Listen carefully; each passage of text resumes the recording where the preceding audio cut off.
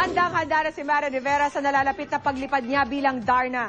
Nag-pictorial na nga siya kanina. Kamusta kaya ang pakiramdam ni Marian suot ang Darna costume? Makichika tayo kay Aubrey Carampel. Nagkaroon ng pagkakataon ng GMA News na makita ng malapitan si Marian Rivera na naka-Darna costume sa kanyang pictorial.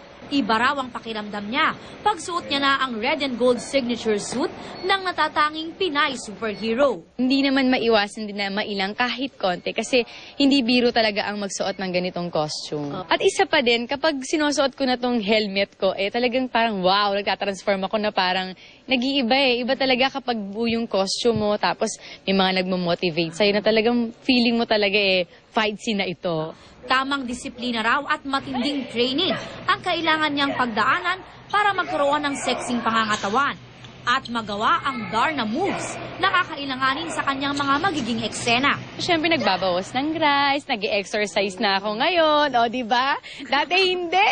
Pero siyempre ang training ko pa rin dito sa GMA kaya Miss Eds, yung talagang nagpupush sa akin yung wushu ko at saka syempre yung harness na talagang kailangan ko talaga.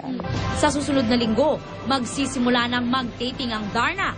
Bukod sa bagong tambalan ni Marian at Mark Anthony Fernandez, kailangan rin daw abangan kung sino-sino ang mga Kapuso stars na gaganap bilang kanyang mga kontrabida. Marami talaga sila. At lahat sila magaganda at sexy talaga, di ba? Aubrey Carampel, updated sa Showbiz Happenings.